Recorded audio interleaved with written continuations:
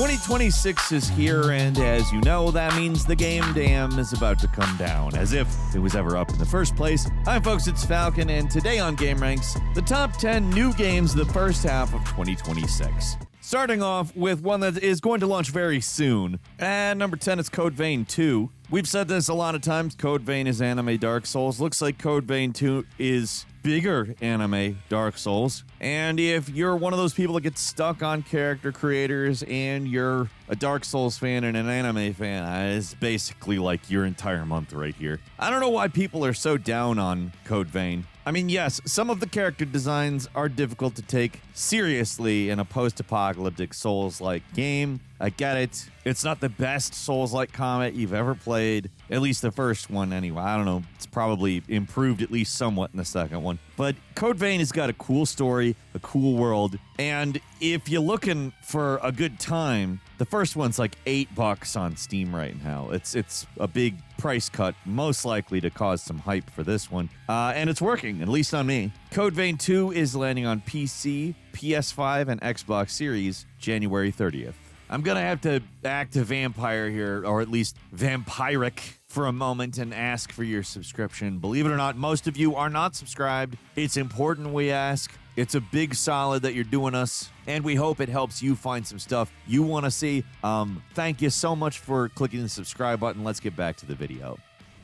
At number 9, if Souls-likes are your thing, but the proportions of anime women isn't, Nioh 3. I mean, honestly, you could technically play both games and it would be fine, but whatever. Nioh is a fantastic Souls-like series. If the gameplay of Code Vein isn't enough for you, Nioh might be the area to go, because they really have a good thing going as far as that. Team Ninja has really kind of mastered the formula. They even have a subset of Nioh-likes that has happened. They're all Souls-likes, but you know. This one has two distinct playstyles, Ninja and Samurai, and if you're particularly excited for this one, a demo is landing a day before Code Vein 2 on January 29th on PC and I think PS5. As far as consoles, the game is a PS5 exclusive, but it is also coming to PC, and it's landing on both those platforms February 5th.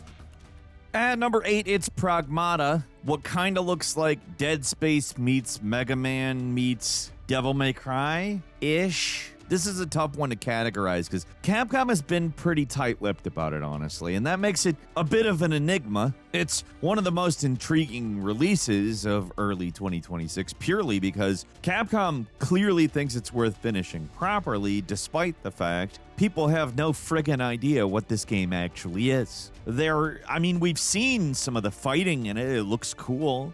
There's also some hacking mechanics, and I don't know, you're a guy in a Dead Spacey type suit, which you need to breathe, but apparently this little girl who can shoot stuff doesn't. It's a very strange looking game, but it is also a very cool looking game, which it makes sense that we're interested in it at the very least. There is a demo that lets you try out the combat system, and again, it's cool, but it doesn't necessarily make it clear what the game is, which is fine. I want to be surprised if it's good. Pragmata is landing on PS5, Xbox Series, and PC on April 24th.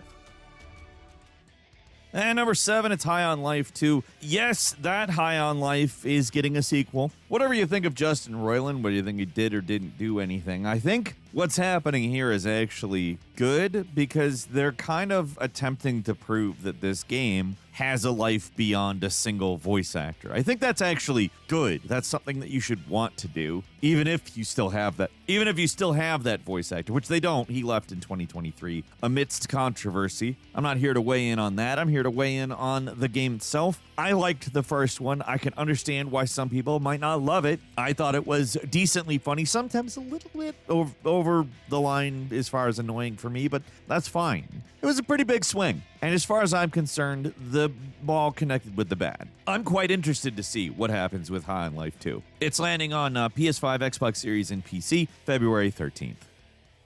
At number 6, it's Saros, the new sci-fi action title from Housemarque, the studio behind Returnal. It does look very much to be the next Returnal type game from the developer, which, good. In all seriousness, Returnal is just one hell of a fun game. I love Returnal. I love the progression, and I love the ideas. And according to everybody involved, That's exactly what they're working on to improve. And, well, hell yes. I mean, I don't know what else to say other than, of course I want to play the next Housemarque game, because it's another Returnal style game that promises to be bigger and better. Why would I not want to play that? Saros is coming to PS5 on April 30th.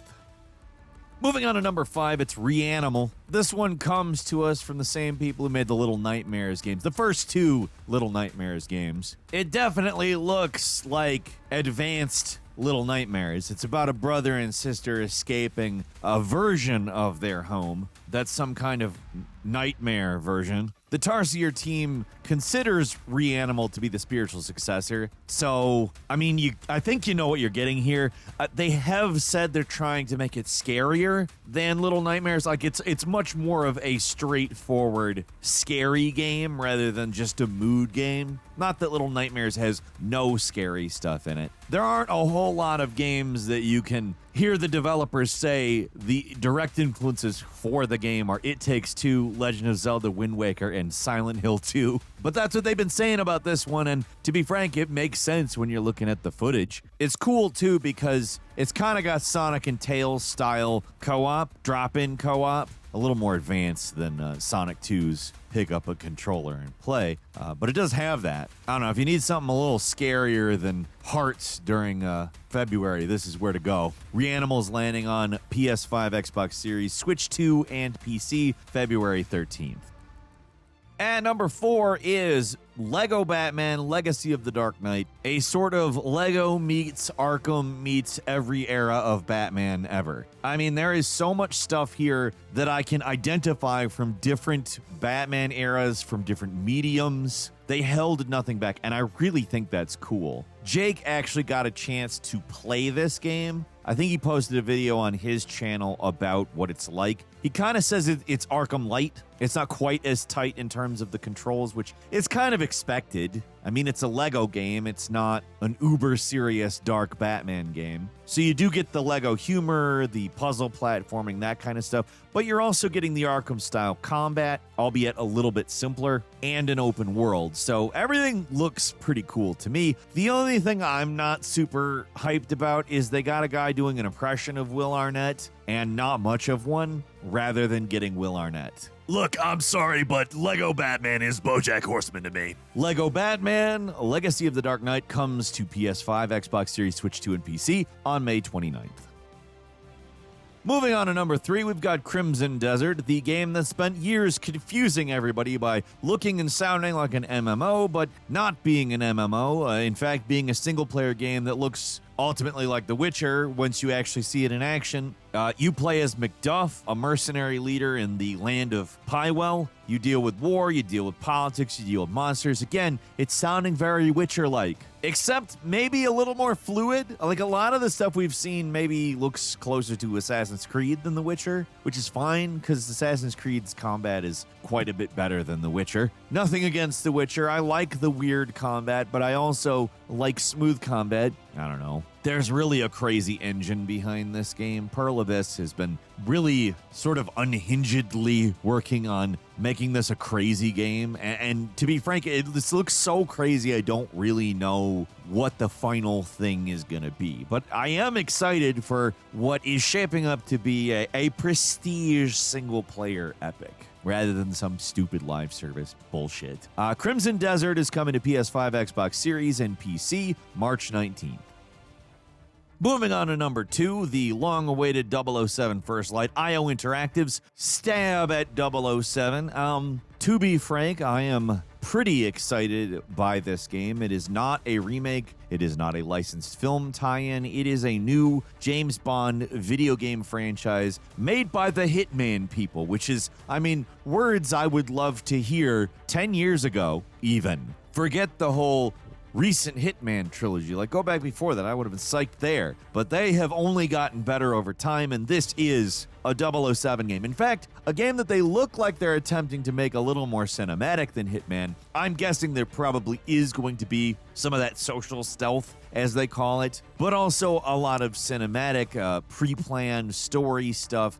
It is a very early in the career of 007 James Bond, which I like. It's an origin story. I can't recall a decent movie or particularly video game that's fully an origin story. I mean, you could say Casino Royale is kind of an origin story, but this looks like it's going quite a bit earlier in Mr. Bond's life. I'm excited. 007 First Light is coming to PS5, Xbox Series, Switch 2, and PC May 27th.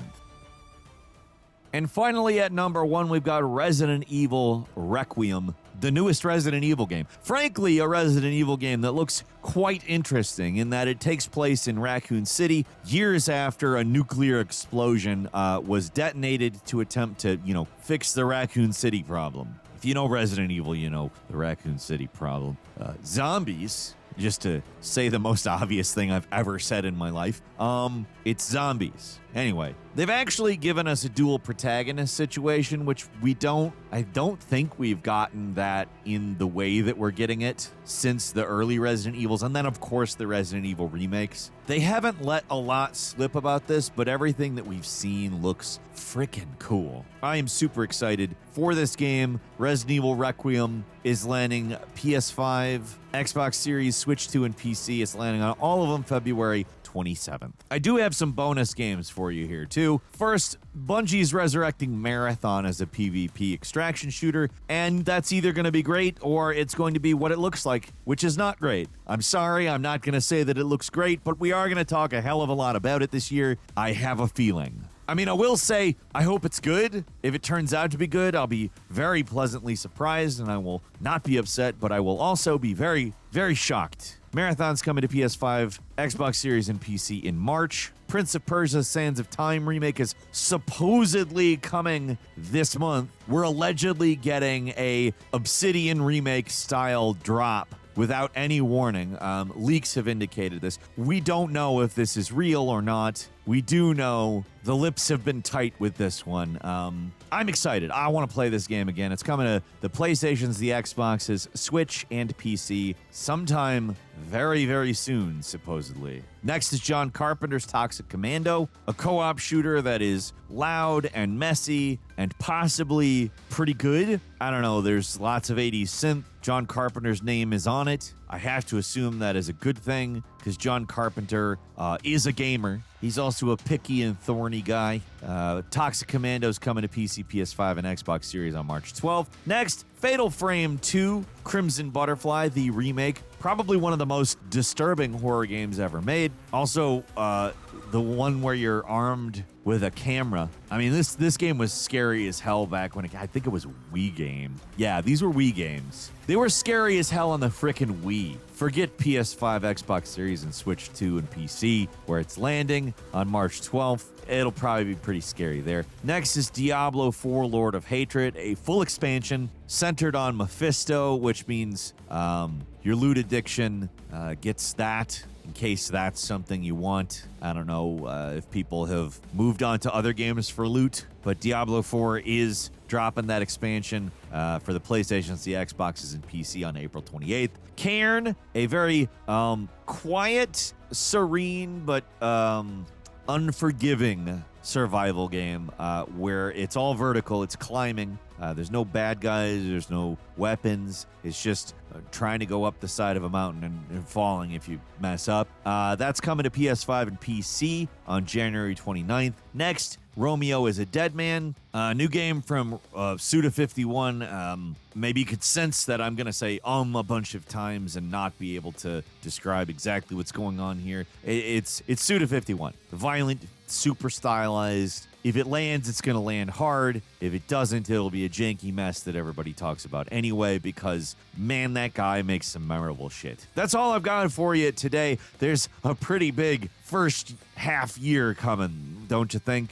Leave us a comment, let us know. If you like this video, click like. If you're not subscribed, now's a great time to do so. We upload brand new videos every day of the week. Best way to see them first is, of course, a subscription, so click subscribe. Don't forget to enable notifications, and as always, we thank you very much for watching this video. I'm Falcon. Become a member of gameranx and listen to The Falcon Show. We're getting tons of great feedback from people. We love doing it, and we depend on your support to do it, so we'll see you there, and we'll see you next time right here on gameranx.